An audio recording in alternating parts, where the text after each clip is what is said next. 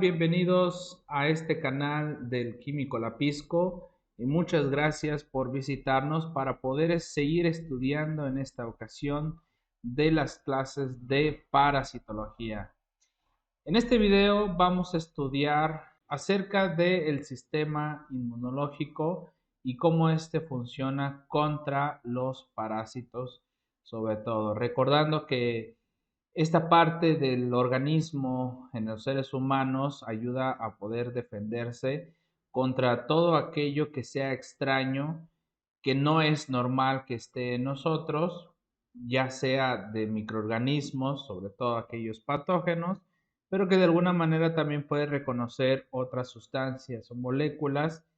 que son extrañas y que pueden ocasionar una reacción sobre todo alérgica. Sin embargo, en este caso los vamos a estudiar cómo el sistema inmunológico de manera general actúa contra los diferentes tipos de parásitos, teniendo en cuenta que tenemos a los protozoarios, que son más microscópicos, y los helmintos, que algunos son de manera macroscópica y muy observables, pero otros son más pequeños, pero que el sistema inmunológico los ataca muy diferente a los protozoarios. Teniendo en cuenta esto, solo para recordar de lo que hace las defensas del hospedero, en este caso del ser humano, pues es atacar a todo aquel protozoario o el minto para poder evitar daños en el organismo, tratar de eliminarlos y sobre todo tener una inmunidad permanente para evitar una gravedad a futuro si hay una reinfección. Por esto mismo podemos decir, y en el concepto del libro de Parasitología Humana de Wegner, menciona que podría o hay la inmunidad esterilizante, que prácticamente es la respuesta que trata de buscar la curación total,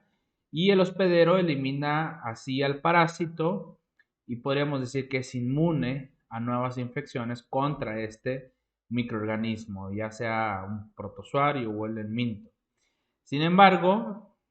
vamos a mencionar que la mayoría de las parasitosis, la respuesta inmune del hospedero llega a permitir una curación clínica, pero el hospedero llega a ser resistente a las infecciones, pero el parásito sobrevive en el hospedero. Entonces, en este caso, podríamos hablar de una infección concomitante o premonición, que de alguna manera, a pesar de que ya fue infectado y de que sí tuvo una enfermedad,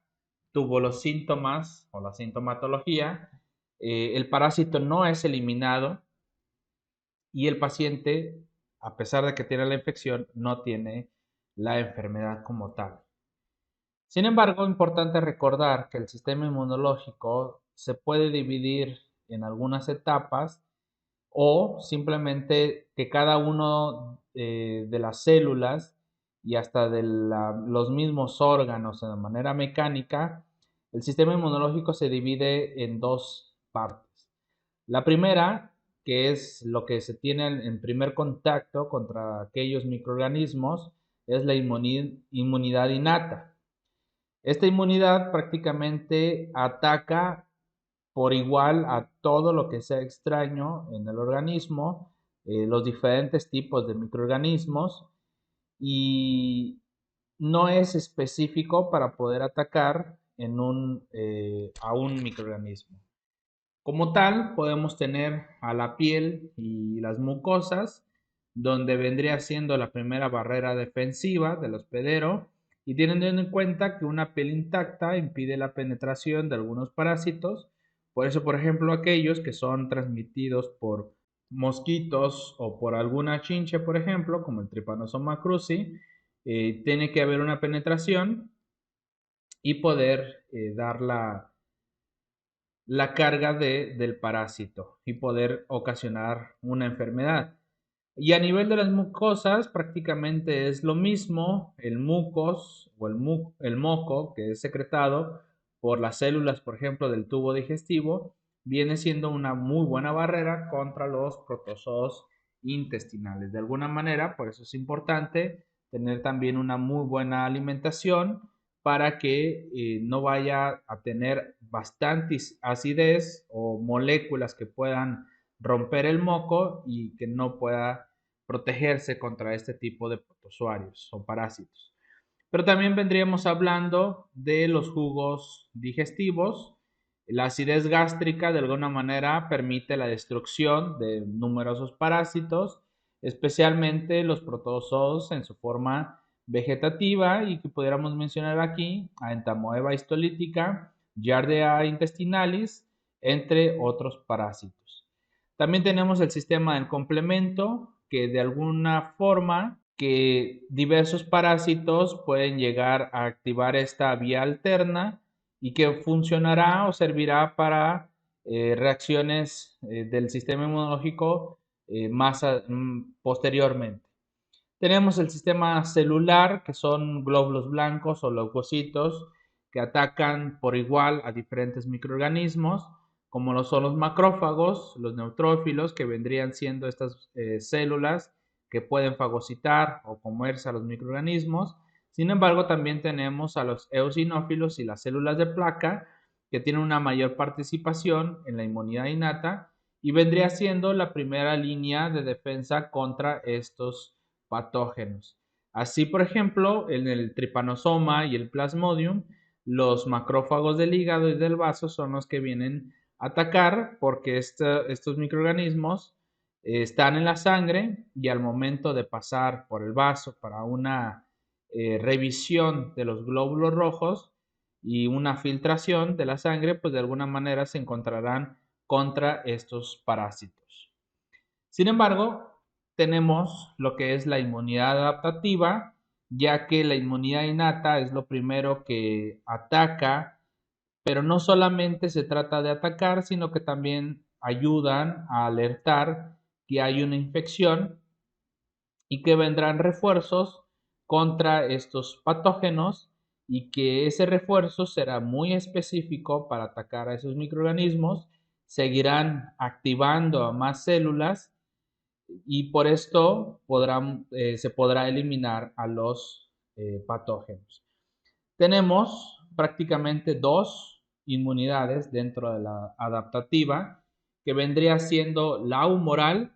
que es donde podríamos mencionar la producción de todos aquellos inmunoglobulinas o anticuerpos, donde facilitarán la destrucción, la identificación sobre todo, y poder seguir activando el sistema de complemento, la opsonización y también de algunas células que ayudarán a destruir a cada uno de los parásitos. Entonces, bien, tenemos la inmunidad humoral teniendo en cuenta la participación de los linfocitos, tanto los linfocitos T como los linfocitos B, que después se convertirán en células plasmáticas, las cuales podrán empezar a producir las inmunoglobulinas del tipo G y que éstas podrán identificar específicamente a un microorganismo. Entonces, esta viene siendo efectiva la inmunidad humoral contra los parásitos extracelulares, aquellos que no son obligatorios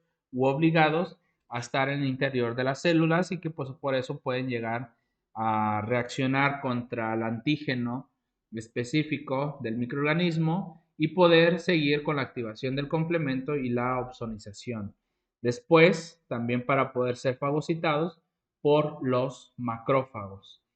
En el caso, por ejemplo, de los helmintos intestinales, los anticuerpos que se producen hacia el parásito pueden llegar a producir un daño metabólico que lo hace más sensible a los mecanismos de expulsión del mismo tubo digestivo o sistema gastrointestinal para poder ser desechados. En los parásitos intracelulares sí es importante mencionar que los anticuerpos tienen poco efecto, ya que realmente los anticuerpos no van a penetrar las células del cuerpo, del organismo propio y poder llegar a matar a los parásitos. Sin embargo, los anticuerpos humorales pueden impedir la penetración celular de los parásitos al unirse a ellos. Por ejemplo, en el caso de los merozoitos, del plasmodium, que ocasiona la malaria en presencia de anticuerpos específicos, ya que se ha trabajado también en cuestión de vacunas contra este parásito. No pueden estos invadir a los eritrocitos. También tenemos la inmunoglobulina A, que es una inmunoglobulina que la encontramos en las mucosas intestinales o también en las mucosas de las vías aéreas, y esta dificulta el desarrollo, por ejemplo, de giardia intestinales o de algunos otros parásitos. Sin embargo, es importante tener en cuenta que en este tipo de infecciones, sobre todo parasitarias y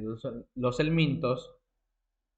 aquellos que no pueden ser atacados por medio de anticuerpos y macrófagos que puedan fagocitar debido al gran tamaño de muchos de ellos, es importante la secreción de la inmunoglobulina E. En este caso, la IgE viene a ser específica y es capaz de ligarse a células que poseen receptores de alta afinidad y que posteriormente se unen al antígeno del parásito, activando a los mastocitos y a los basófilos, los cuales estos van a llegar a liberar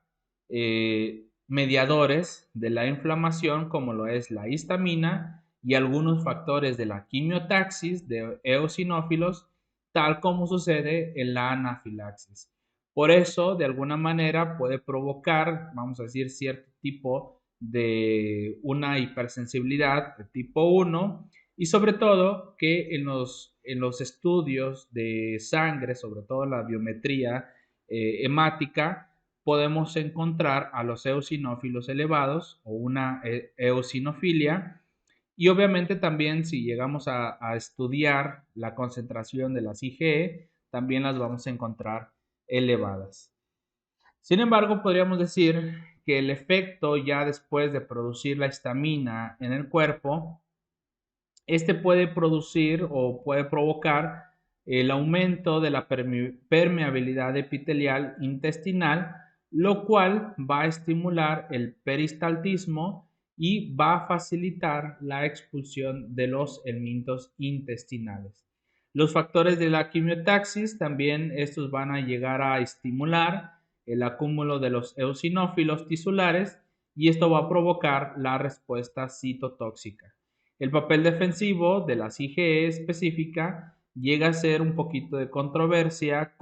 de si realmente es favorable, ya que toda esta cuestión va a provocar también mucha inflamación, va a provocar síntomas en el organismo o en el ser humano que van a ser inespecíficos o que de alguna manera pueden provocar también algunos daños al organismo. Sin embargo, aparte de la inmunidad humoral, que es parte de la inmunidad adaptativa, también tenemos la celular,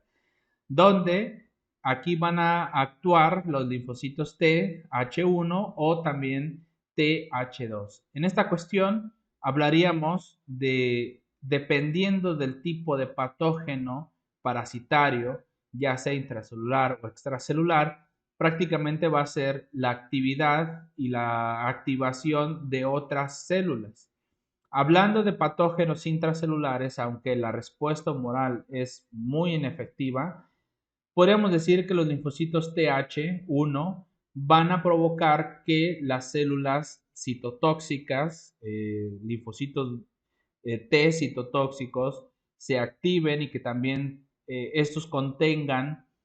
moléculas que ayudará a la eliminación de los parásitos o de los patógenos, pero también ayudará a la activación de las células natural killer o asesinas naturales y también algunos macrófagos específicos.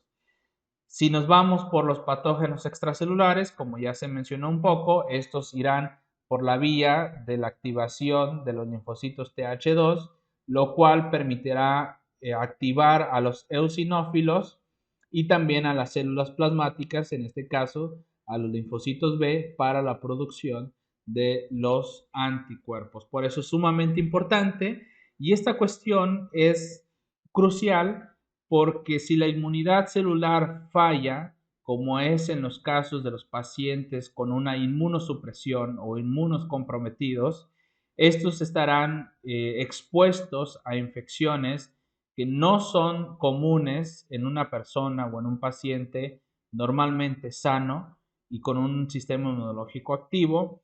Por ejemplo, casos de Cyclospora cayetanensis, casos de Cryptosporidium, Cryptococcus neoformans, perdón, era Cryptococcus neoformans, el cual podrá llegar de hecho hasta el sistema nervioso central por el hecho de que el sistema inmunológico está suprimido. Por esto mismo, esta respuesta celular y una de las cosas que tal vez algunos ya habrán estudiado un poco de inmunología, aquellos que no, escucharemos que se encuentran las células CD4 y la CD8. Estas prácticamente vendrían siendo los linfocitos T y los CD4 estaríamos hablando de los linfocitos helper o TH, de los cuales ayudarán mucho a la activación de células inespecíficas para que todo el sistema inmunológico pueda empezar a reconocer y atacar al patógeno. Sin embargo, también tenemos a los linfocitos T, CD8 positivo, que son antígenos que de alguna manera ayudan a identificar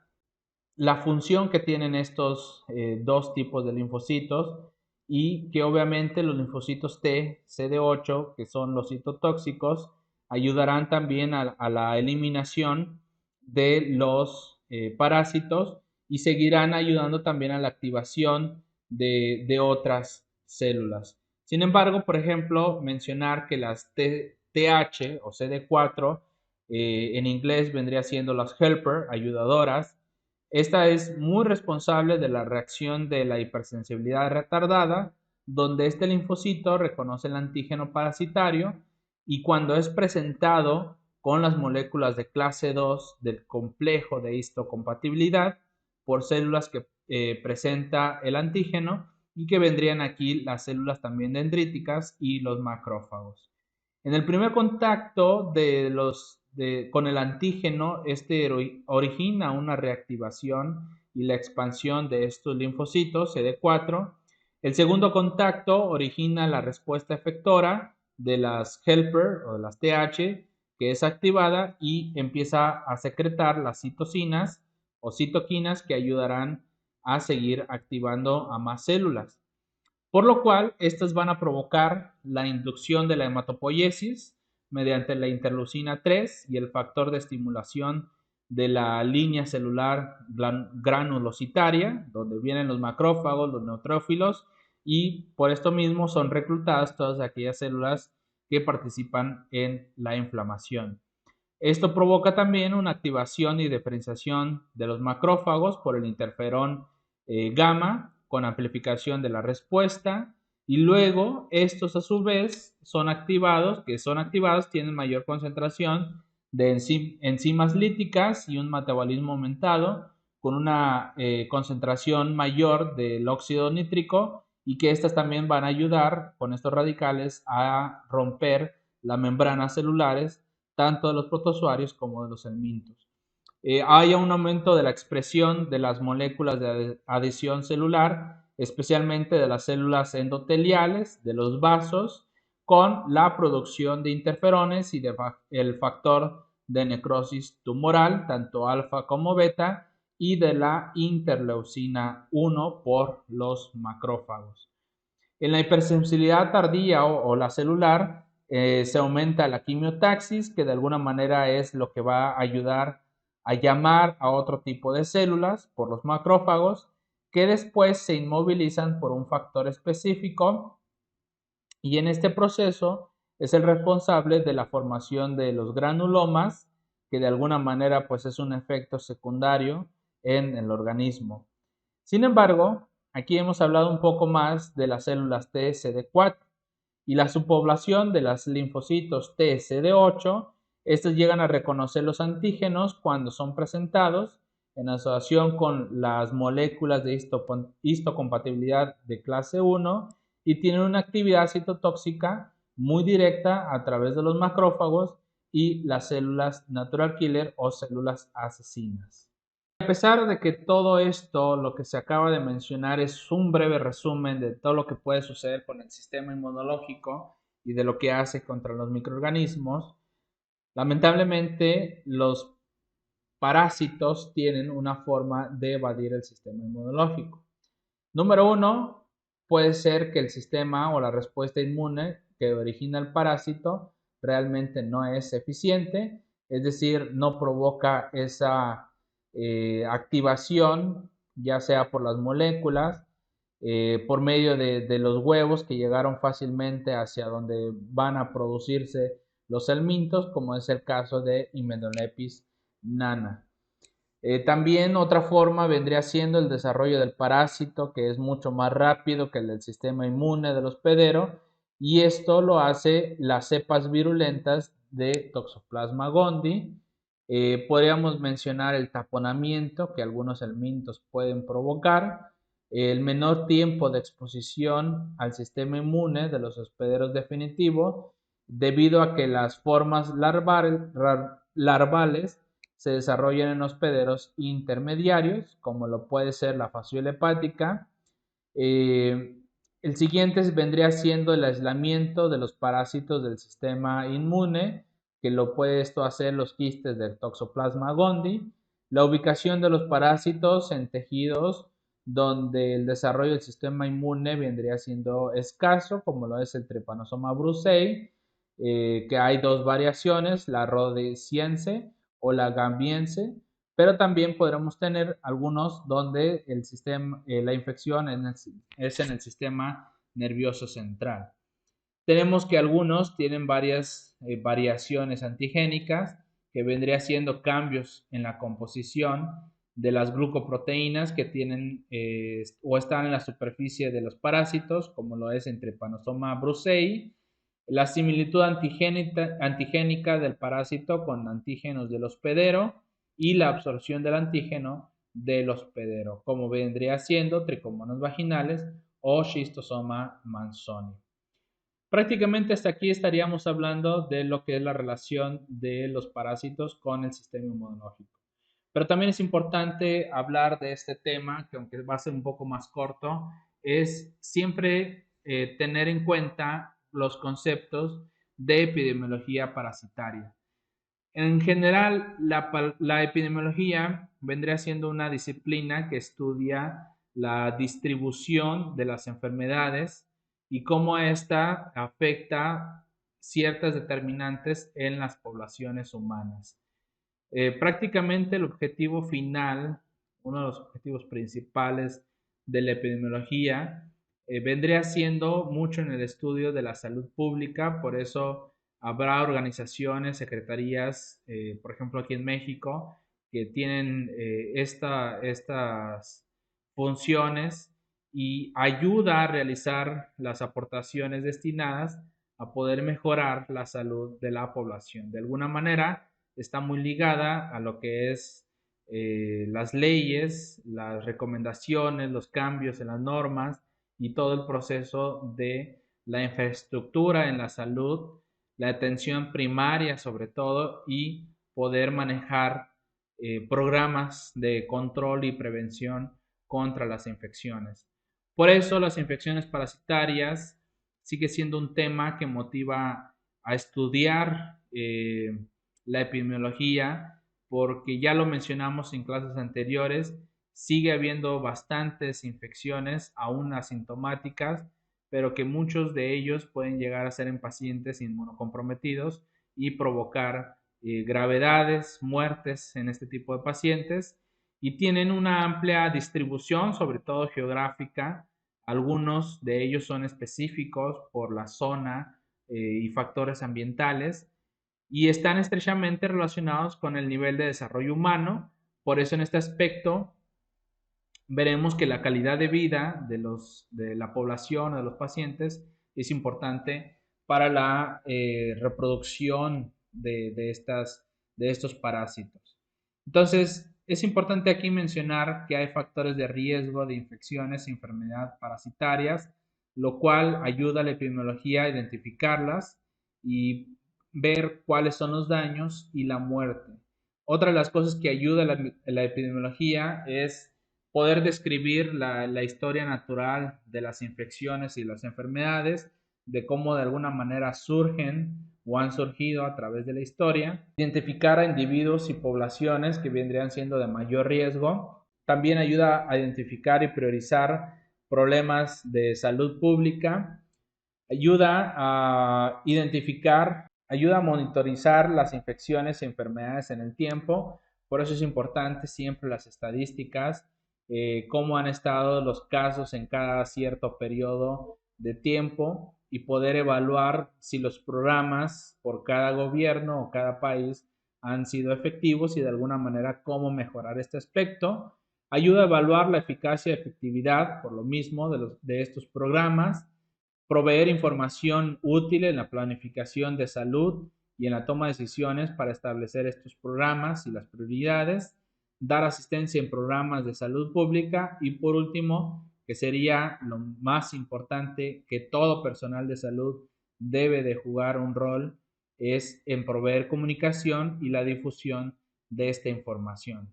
Por lo tanto, hay varios aspectos, hay varios puntos que se debe trabajar en cuestiones epidemiológicas, como es establecer la existencia de un brote epidémico, verificar el diagnóstico, número 3, identificar casos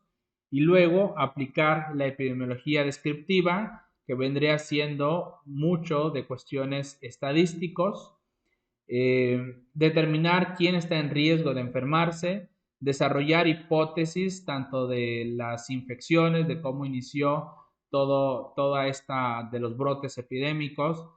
todo lo que sucedió, por ejemplo, ahora con el COVID y que se puede llegar a desarrollar desde dónde, quién fue el primer caso cero, que le llaman, el paciente cero, que fue donde surgió toda la pandemia, evaluar las diferentes hipótesis de las enfermedades, refinar las hipótesis y poder conducir a otros estudios adicionales.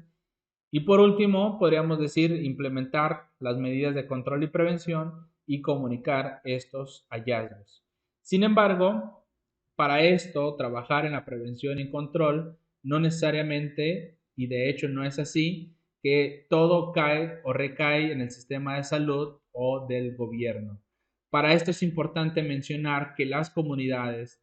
y el empoderamiento que puedan tener estas comunidades sea muy importante para poder prevenir muchas de las infecciones causadas por los parásitos, porque una cuestión social y que sí es muy importante es que prácticamente los parásitos vendrían siendo las enfermedades de la pobreza. Entonces, por esto mismo,